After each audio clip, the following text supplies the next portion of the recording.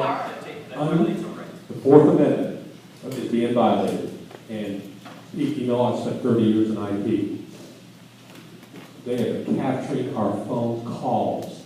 And it came out the other day on the news. AT&T has been doing it for over 12, 15 years, capturing our phone calls. It has to stop. We have the rights to privacy in this country. We have the rights to our Fourth Amendment. And you are the guy that does that for us. You're the only one that can.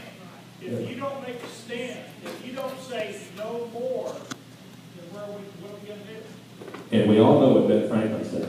Those who would give up security for freedom, those who have, let me get it right. Those who would give up their freedoms for safety will end up with neither. And we can have a long conversation, but we are living in a de facto police state at this point. Thomas Jefferson said that when the people fear the government, there is tyranny. When the government fears the people, there is liberty. I'm scared of the government. When you take a look at who the government considers terrorists, which is nearly everyone in this room and everyone like us, those are the people that they're pulling their emails and their phone calls. It's coming after us. It's coming after citizens. We're needing to wrap this up. But this is a feeling that you're going to get from most people in this room. I know, I hear it all the time, and I appreciate that. The one thing about the wiretaps are illegal. They've done some of them. You got to control that. But the phone numbers, I know it doesn't come, it's not common sense, but those are our property. AT&T admitted they are collecting the phone calls for the DEA, which is accessible to any of the government agencies that want it. And I've known about this for almost 12 years being in IT. They are capturing our phone calls, our conversations, and storing them, and data mining. And Pete, here's a good question. This again goes to this. So your explanation for your votes for increased government surveillance is ignorance. Okay? That's what I heard in your excuse, that you don't get properly briefed. How is it that I can figure it out from home and you can't figure it out in D.C.? It does not make sense to vote on bills you just now stated you don't understand. You can't get briefed in this you can't get briefed into standing on principles of smaller, less invasive government. You either do or you don't. Thank you. I didn't say I don't understand the bills. I said I don't have the information I need to properly assess the bills because I'm not briefed on what's going on.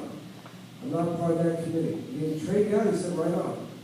Tucker Cross knows more about these programs than we do in Congress. Pete, we know more about them here at home. Exactly. If we can figure it out at home, but you can't figure it out in D.C. We know what the right vote is here at home, but you're voting opposite of what we want when you're in D.C. The bottom line is you say constantly you work for us, but you vote the way you want to. You're doing it wrong. You're supposed to represent the district. Your votes don't represent the district. We've seen Jack Dempsey say the NSA has intentionally violated the law. We've read story after story about the NSA data center that's being built in Utah. And we go to bodies of information they're going to store. This is more than metadata. I could care less about whether or not my phone number is a business record or my personal number. Calls are being recorded. Skype is being recorded. You keep saying you work for us. Vote against it and restore the Constitution. Yes.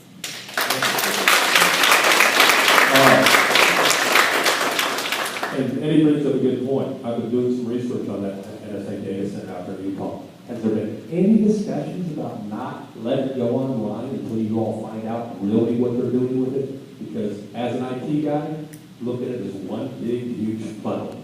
Everything on the internet, which is all our digital information, is going to go through that center and be stored. The massive amount of data is stored, and they're already starting to build another one over on the East Coast here, over on the East Coast. Why? Why do they have to be able to store every bit of digital information on all of us, including our phone calls, including our internet use, everything, Pete? Our Fourth Amendment no longer exists. Now, we have to dig out good facts. I mean, what's going on in Utah, this new facility out there on the East Coast? I mean, Utah's a big thing. But again, I haven't been briefed on what's going on there. Classified stuff, how do you know that? Demand to get briefed. Demanded. I totally agree. We got a great example. Our speaker speaks every week on these issues. Why can't I get briefed? Why can't Trey Guy get briefed? Randy Will get briefed? Because we're on those committees. We should have that access because you mentioned, for you, if I have information on both sides of the issue, I can't make a good decision. Man, it's a tough question because warfare has changed. We'll never fight another war where the country divides up and fights another battle. No, warfare is on us now. Why can't your staff, it's out there, it's easy, it's readily available. We all know it, we read it every day. I do too, man, but things keep changing. They say they told us over and over, they never kept the. They have lied to you for 5 Exactly. years, why continue to believe them? Do you believe the briefings that you do get? You think they're telling you the truth? I don't think you should. If you find out in dribs and drabs that they have lied to you, where do y'all ever come back and punish them for lying to Congress? Go back to the IRS deal. Remember when they announced, and it's always a couple people in Cleveland up before, and looked at the extent that we're finding out just how deep that IRS mess is. We have problems. Ladies and gentlemen, we're now at 8:15. We're going to go ahead and wrap this up. I wanted to close out with a couple things real quick.